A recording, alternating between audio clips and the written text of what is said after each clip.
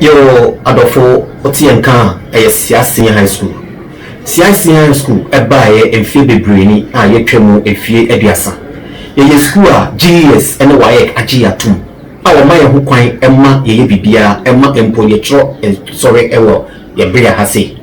Siasia High School e school a oye courses nyina ewo senior high school mu ebini business, general arts, general science, agriculture, and home economics and visual arts. Senior high school born home modern ye pa and modern bar de be a bunty. After a few training, you cry let no resource or mother buy no a sawani and so catch it. Omu try ye. Emperor dear not so mono a C6. Now Oma A1 and B2 dear yanka. Miniano, shall we say, the admission. One now call form 2 and form 3. Your G admission CCA. Our my grace on person what's not 2021. And so when why can so when no much rubino. Your G admission CCA. Obet me a wing.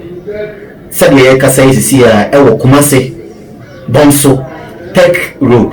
And I say Accra Road. Ye Church of Christ. And I then a deep share anymore. And I said Tamales so obekunie. Sa opese ofre na oje nchiremu and I say opese obaya so ya mfoni a ana say obra ohwe ye no number egu screen so no betimi afa na oba classrooms ene niam a ye wo ha ni nyina so edim oba na ode obemu mentena sekra bra na nyina yinsu ade mu eye se usu ade bra na yinsu ade na eba ye de ye fa ni free form ye de na sisoro Siasia High School eba de suemu a you can't beat us. It was